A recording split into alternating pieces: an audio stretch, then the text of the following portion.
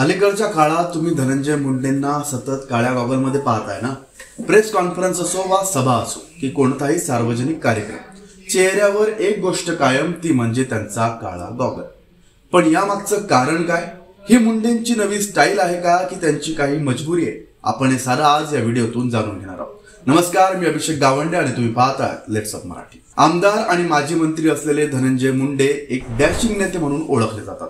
त्यांचं बोलणं, भाषण सगळं कसं एकदम स्टाईल मध्ये। याच मुंडेंना सध्या महाराष्ट्रातील जनता जिथं तिथं गॉगलमध्ये पाहतीये। अनेकांना प्रश्न पडला असेल की एरवी घालतं ते ठीक आहे, पण पक्षाच्या ज्येष्ठ नेत्यांसमोर म्हणा किंवा काही धार्मिक स्थळांवरही ते हा गॉगल काढत नसल्यानं कुछ तो गडबड आहे अशी परिस्थिती निर्माण झाली होती।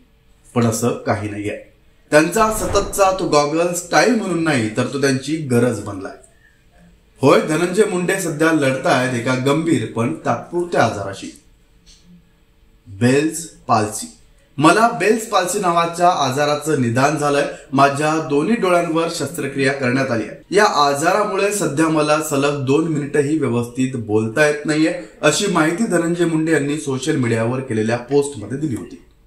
मुंडे यांना झाला तो बेल्स पाल्सी हा एक न्यूरोलॉजिकल आजार आहे।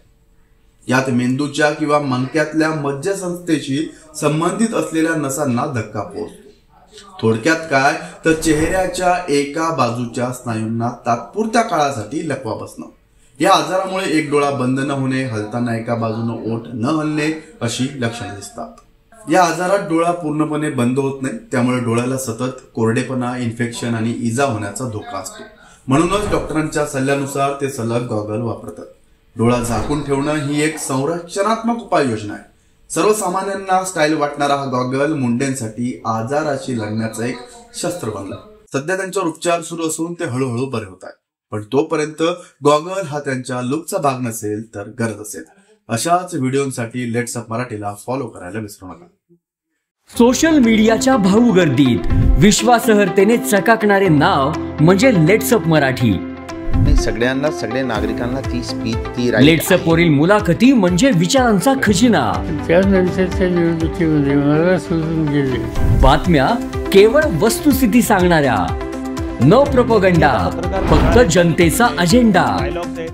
क्योंकि आने वाला कल जाने वाला है, जाने वाला कल आने वाला है। राजकारण, मनोरंजन असो की क्रीडा क्षेत्र, महाराष्ट्राची स्पंदने संवेदनशीलतेने टिपणारे माध्यम म्हणजे लेट्स अप मराठी। जगासोबत एक पाऊल पुढे राहण्यासाठी लेट्स अपचे ॲप, सोशल मीडिया आणि वेबसाईट सोबत कनेक्टेड रहा।